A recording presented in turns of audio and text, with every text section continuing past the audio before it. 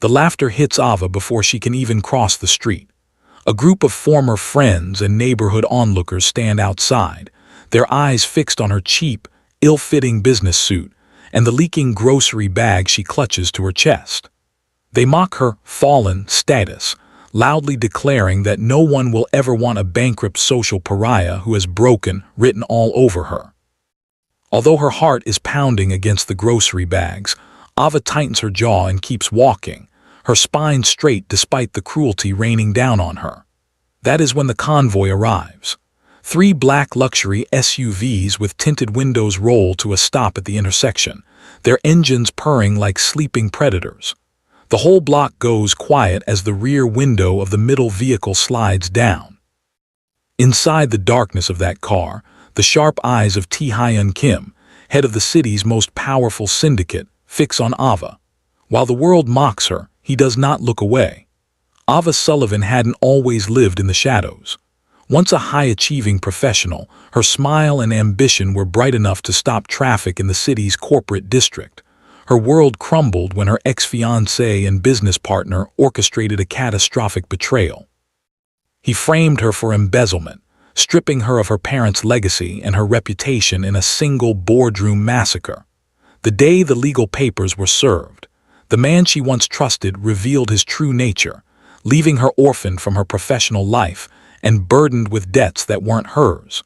While her former associates used her downfall to climb higher, Ava was forced into menial jobs to survive. She became a ghost in her own neighborhood, wearing her cheap suit like a shroud and hiding from the pitying eyes of the elite. For years, she has been told she is damaged goods, a nobody who should be grateful for the crumbs she has left. She began to believe the lies, that she was too broken to ever be loved again. Ava's descent into the shadows didn't begin in the rain-slicked alleys of the city. It began under the sterile, blinding lights of a top-floor boardroom. At 26, she was the youngest senior partner in the history of Sullivan & Co., a firm built on her father's integrity and her own tireless ambition. She walked through those glass doors with her head high, her smile bright enough to stop traffic, believing that the man sitting at the head of the table was her greatest ally. Julian, her fiancé and business partner, was all teeth and honey in those days. He had promised to protect her legacy, to build a future where their names were synonymous with the city's elite. But greed has a way of hollowing a man out, much like grief had once hollowed out the world around her. The boardroom massacre happened on a Tuesday, a day that started with celebratory champagne and ended with the shattering of her soul. While Ava was focused on closing a merger that would have secured her family's future, Julian was quietly removing the safety components of her professional life. He had been funneling company funds into offshore accounts, meticulously forging Ava's digital signature on every transaction. By the time the auditors arrived, the trap was already set. Ava was summoned to the center of the room, not for a promotion, but for an execution. Julian didn't look at her with the eyes of a lover. He looked at her with the cold, calculating gaze of a predator who had already moved on to his next meal. He stood before the board and delivered his verdict with practiced sorrow, claiming he had discovered Ava's embezzlement and had no choice but to terminate her position to save the firm's reputation. In a single hour, Ava was stripped of her title, her access, and her dignity. The man who had shared her bed and her dreams handed her a cardboard box and told her to be grateful he wasn't calling the police. As she was escorted out by security, the whispers began, the same whispers that would eventually follow her to the grocery store and the bus stop.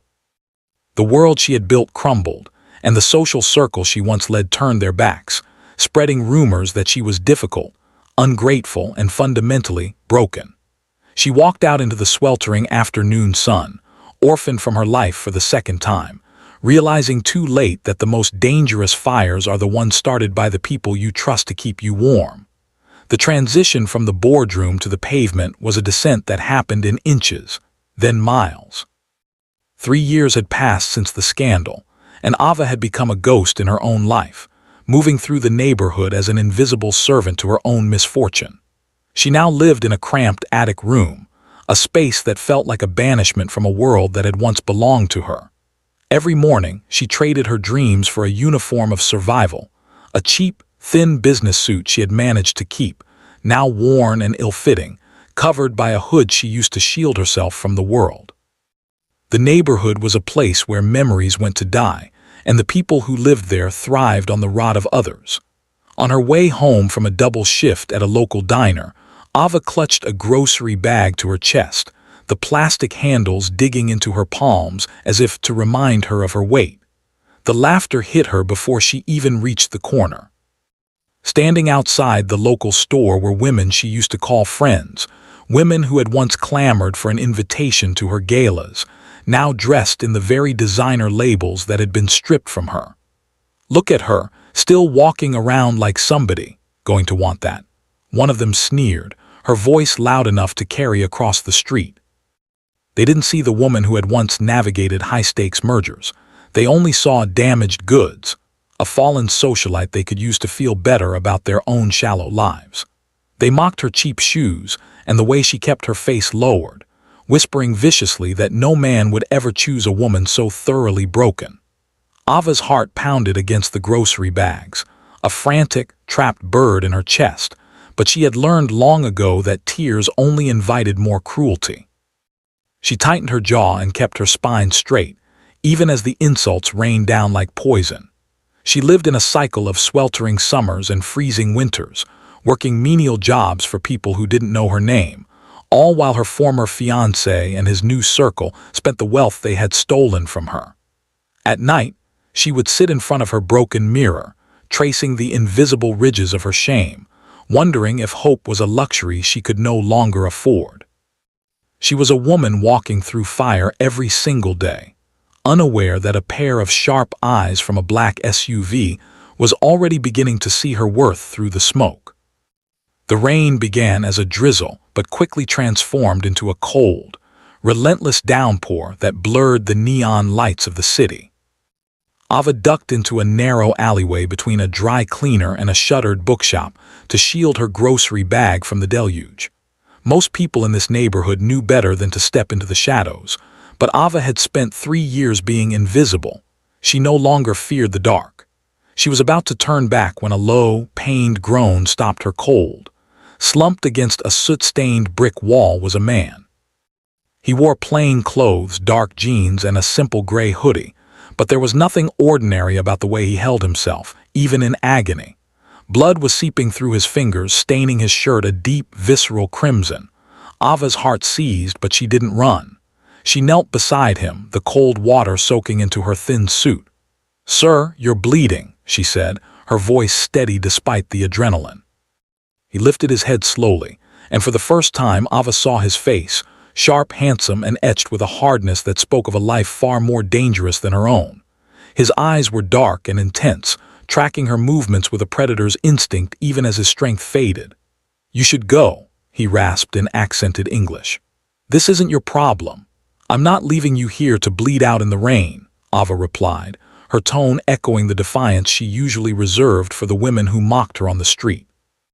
She reached for his hand, and he caught her wrist in a grip that was surprisingly strong for someone half-conscious. They locked eyes, a silent battle of wills occurring amidst the thunder, until he finally saw something in her gaze, a lack of fear, or perhaps a shared understanding of pain, and let go. Ava worked quickly, using her last few dollars to buy a bottle of water and basic medical supplies from her bag. She used her own light jacket to apply pressure to the deep gash across his ribs, her movements calm and precise. "Why are you helping me?" he asked quietly, his gaze tracing the shadow of her hood. "You don't even know who I am."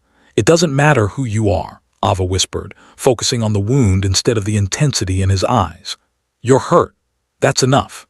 She stayed with him until his breathing evened out, providing mercy without a price to the man who would soon turn her world upside down. Before he slipped into the shadows of the arriving convoy, he asked her name. "Ava," she said. "Ava," he repeated, the name sounding like a vow on his lips. "You can call me T-Hyun." In the weeks that followed, T-Hyun appeared in Ava's life like a ghost she couldn't quite shake, a silent shadow cast against the gritty backdrop of her daily survival. He didn't arrive with the roar of a convoy or the flash of a diamond. Instead, he moved through her low-stakes world with a quiet, unsettling intensity. The first time she saw him after the alley, he was leaning against a lamppost near her bus stop, his sharp black suit replaced by dark, expensive-looking casual wear that still couldn't hide the predatory grace of his posture. Ava stopped short, her breath hitching as her mind flashed back to the blood and the rain. "You," she whispered, her voice barely audible over the rumble of city traffic. "Me," he agreed, his dark eyes tracing the line of her hood with the same steady gaze he had used in the darkness of the SUV. He began to frequent the diner where she worked the late shift, occupying a corner booth that gave him a clear view of her as she moved between tables. He never demanded her attention, but his presence was a heavy, magnetic pull that made the air in the cramped room feel thick. He would order a single cup of tea and watch her, not with the judging eyes of her neighborhood, but with a gaze that seemed to peel back the layers of her broken armor. When her shift ended, he would be there, waiting to walk her to the station. He never pressed her to reveal the secrets behind her lowered head, talking instead about the books she loved or the dreams she had buried under the weight of her debts. Ava resisted him at first, her internalized shame acting as a barrier she didn't know how to lower. She told herself that a man of his stature, resourceful, powerful, and clearly dangerous, had no business in the life of a social pariah. "Why do you keep coming back?" she asked one evening, the setting sun painting the pavement in shades of amber. "You don't know me, not really." Tae-hyun stopped walking and turned to her, his features softening in a way that made her heart race. "I know enough," he said quietly. "I know you helped a stranger without asking for anything in return. I know you've been hurt, but you haven't become cruel." For the first time in years, someone was looking at Ava and seeing a person rather than a scandal. Yet, as she looked at his steady hand, she felt a familiar pang of fear. She still believed she was too damaged for the light he was offering, unaware that he was already preparing to burn down the world that had dared to break her. The invitation arrived not in the mail, but through a cold, calculated delivery to the diner where Ava worked. It was printed on thick cream cardstock with edges of gold, an artifact from a world she thought she had lost forever. It was an invitation to an exclusive charity gala, the very same event her father's firm had sponsored for decades. Denise, the woman who had taken over Julian's social PR, had made sure the leak reached Ava, knowing her pride would be her undoing. Driven by a sudden, desperate impulse to prove she still existed, Ava pulled her mother's old navy gown from the back of her closet. It was outdated and simple, but it was the only piece of her former self that hadn't been sold to pay off Julian's debts. She arrived at the stunning glass and steel event center, her heart hammer-drilling against her ribs as she slipped through a side entrance to avoid the paparazzi. Inside, the air was thick with the scent of expensive lilies and the subtle electricity of power. For a fleeting moment, standing in the shadows of the crystal chandeliers, Ava felt like the woman she used to be. Then the music seemed to sour. "Well, look what the cat dragged in from the gutters." A familiar, sneering voice cut through the orchestral swell. Ava turned to find Julian standing there, a glass of vintage champagne in one hand and a cruel smile on his face. Behind him, a group of their former friends gathered, their eyes scanning Ava's old dress with predatory delight. "I thought I smelled something cheap," Julian continued, his voice rising to ensure the nearby tables could hear. "What are you doing here, Ava? Did you come to embezzle the silent auction funds, or are you just here to beg for scraps?" The laughter that followed was a physical blow, hot and suffocating. Someone loudly wondered if animal control had been notified that a social pariah had escaped the slums. Ava felt the familiar shame crawling up her spine, the weight of 1,000 judging eyes pinning her to the spot. She wanted to run, to hide back under her hood and disappear into the rain. She realized too late that this was never an invitation. It was a trap designed to break the last of her spirit in front of the city's elite. Just as her vision began to blur with unshed tears, a sudden, heavy silence fell over the room. The laughter died in the throats of the mockers as the heavy doors at the front of the hall swung open, and the atmosphere of the room shifted from petty cruelty to absolute, bone-chilling reverence. The silence that swept through the ballroom was not gradual. It was a sudden, suffocating vacuum.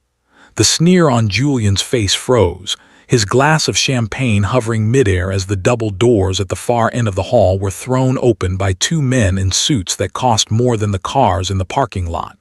Through the threshold stepped Tae-hyun Kim. He didn't just enter the room, he reclaimed it. The light from the chandeliers seemed to sharpen against the obsidian fabric of his tuxedo, and his presence carried the weight of a storm that had finally made landfall. Julian, sensing a shift in the hierarchy of the room, immediately straightened his tie, his voice dropping the mockery for a tone of desperate sycophancy. "Mr. Kim," he began, stepping forward and leaving Ava standing in the center of the mocking circle. "We weren't expecting. It's an honor to have you at Sullivan & Co.'s event. Let me have security clear the way for you. We were just dealing with an uninvited guest." Tae-hyun didn't look at Julian. He didn't look at the board members or the socialites who were suddenly trying to hide their cruel smirks. His eyes, dark and lethal, were fixed entirely on Ava. He walked past the elite of the city as if they were nothing more than ghosts, his heavy footsteps the only sound in the cavernous hall. When he reached Ava, he stopped. The crowd held its breath, waiting for the most dangerous man in the city to finish the job Julian had started. Instead, Tae-hyun reached out. His hand, steady and warm, found Ava's trembling fingers. He didn't just take her hand, he anchored her. "I believe there's been a misunderstanding." Tae-hyun's voice vibrated through the room, cold and clear as breaking glass. He turned his gaze toward Julian, and for the first time the ex-fiancé looked truly terrified. "I did not come here to see you, Julian. I came here for my guest." He stepped closer to Ava, his shoulder shielding her from the prying eyes of the crowd. He leaned in, his voice dropping to a low, intimate murmur that only she could hear. "Head up, Ava, you don't bow to snakes." Then, louder for the entire room to hear, he delivered the final blow to their cruelty. "She is with me, and anyone who has a problem with her presence has a problem with mine." The gasps were audible, but no one dared speak. The woman they had called broken was now standing under the protection of a king. Ava felt her spine straighten, the internal shame that had been her constant companion for 3 years finally beginning to wither under the heat of Tae-hyun's gaze. The silence in the ballroom was no longer awkward, it was funereal. Tae-hyun didn't move to the stage. He didn't need a podium to command the room. He simply gestured to one of his associates, who produced a sleek, silver tablet and connected it to the massive LED screens that usually displayed the firm's quarterly successes. "You spoke of embezzlement, Julian," Tae-hyun said, his voice smooth and terrifyingly calm. He stood beside Ava, his presence a physical wall between her and the vultures who had spent years picking at her reputation. "It is a serious charge. One that requires a level of forensic precision I find your current leadership lacks." The screens flickered to life, not with marketing slides, but with a cascading waterfall of bank records, IP logs, and encrypted communication threads. The room watched in stunned disbelief as the syndicate's audit began. Tae-hyun's resources had done in 72 hours what the local authorities had failed to do in 3 years. He had bypassed the layers of shell companies and offshore redirections Julian had thought were impenetrable. Red highlights began to bloom across the spreadsheets like blood in water. Each one traced a direct path from the stolen company funds to Julian's private accounts, stamped with the exact timestamps of when he had accessed the system using Ava's forged credentials. A recording began to play, a low-quality but unmistakable audio file of Julian discussing the Ava problem, with a crooked auditor, laughing about how easy it was to bury a woman who trusted too much. Julian's face went from pale to a sickly, translucent gray. He tried to speak, to call it a fabrication, but the weight of the evidence was undeniable. The elite circle, ever loyal to whoever held the most power, began to physically drift away from Julian, leaving him isolated in the center of the floor. "You didn't just steal her company," Tae-hyun said, stepping forward, his shadow looming over the man who had once been Ava's world. You stole her name, and in my world that is a debt that can only be paid in full." Ava watched the screens, her breath coming in shallow gasps. For 3 years she had carried the weight of a crime she didn't commit, a broken woman defined by a lie. Seeing the truth laid bare wasn't just a legal victory, it was an exorcism. She looked at Hyun, the man who had used his darkness to bring her into the light, and realized that the audit was more than a takedown. It was the first step in reclaiming the crown that had been stolen from her head. The return to Sullivan and Co. did not happen with a side entrance or a lowered head. 1 week after the gala, the glass doors of the lobby slid open to admit a woman the staff barely recognized, though her face had once been the heart of the firm. Ava walked across the polished marble, her stride rhythmic and certain. She was no longer wearing the oversized hoodies or the frayed, ill-fitting suit of her exile. She wore a tailored charcoal blazer, sharp as a blade, and for the first time in 3 years she had pushed her hair back away from her face. The whispers began immediately, but the tone had shifted from mockery to awe. Ava didn't flinch at the attention. She passed the desks of people who had deleted her number and ignored her pleas for help, and she met their eyes with a steady, quiet power. She reached the elevator bank just as Julian was being escorted out by 2 of Hyun's men, his wrists bound by the cold reality of federal warrants. He looked at her, his mouth opening to offer one last desperate lie, but Ava simply looked through him as if he were made of glass. When she reached the top floor, she found Hyun waiting by the floor-to-ceiling windows of her father's old office. He was silhouetted against the city skyline, a king surveying a kingdom he had helped restore. He turned as she entered, his dark eyes taking in the transformation. He didn't offer a platitude or a celebratory smile. He simply stepped aside, gesturing toward the mahogany desk that had been her family's legacy. "It's ready for you," he said, his voice a low vibration in the quiet room. Ava walked to the chair and ran her fingers over the wood. She looked at her reflection in the glass partitions. She saw the faint lines of stress near her eyes and the memory of the broken woman she had been forced to be. But she didn't try to hide them. Those years of poverty, the leaking grocery bags and the stings of public laughter were no longer marks of shame. They were the scars of a survivor. She realized then that her worth hadn't been restored by Hyun, but merely revealed by him. She sat down, reclaiming the crown that had been hers all along, no longer a ghost in the shadows, but a leader who knew the value of every scar she carried. The wedding was not a quiet affair held in the shadows, but a defiant celebration atop the city's highest point. The ballroom was a sea of white lilies and candlelight, overlooking the skyline where Ava had once been a nameless ghost. As the doors opened, she didn't wear a veil to hide her face or a high collar to mask her history. She walked down the aisle in a gown of ivory silk, her head held high, the scars of her journey, the lines of resilience and the memory of her survival worn like the finest jewelry. Hyun stood at the altar, a man who had lived his life in a world of calculated masks, now standing completely exposed in his devotion to her. As she reached him, he didn't just take her hand. He brought it to his lips, his gaze never wavering from her eyes. The crowd, filled with the city's elite who had once looked down on her, sat in a silence born of genuine respect. They were no longer looking at a broken woman. They were looking at a queen who had survived the fire and a king who had been wise enough to recognize her worth in the ashes. When it came time for the vows, Hyun didn't rely on tradition. He spoke into the quiet of the room, his voice a low, steady vow that echoed off the glass walls. "The world tried to tell you that you were less because you were hurt," he said, his dark eyes shimmering with a rare, fierce tenderness. "They called you broken because they couldn't handle your strength. But I saw you in the rain, and I saw a woman who was whole in ways they will never understand. I don't just take you as my wife.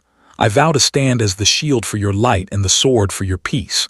You will never have to hide again." As they were declared husband and wife, the applause was a thunderous roar, but for Ava, the world had narrowed down to the man standing before her. The broken era of her life was not just over, it had been rewritten into a foundation of steel. As they stepped out onto the terrace to watch the city lights, Ava realized that she hadn't been saved, she had been found. She leaned into Hyun, her Nigerian and American heritage a beautiful tapestry against his dark suit, finally understanding that her story wasn't a tragedy of what she had lost, but a masterpiece of everything she had become. The girl in the hood was gone. The woman in the light had arrived, and she was loved exactly as she was.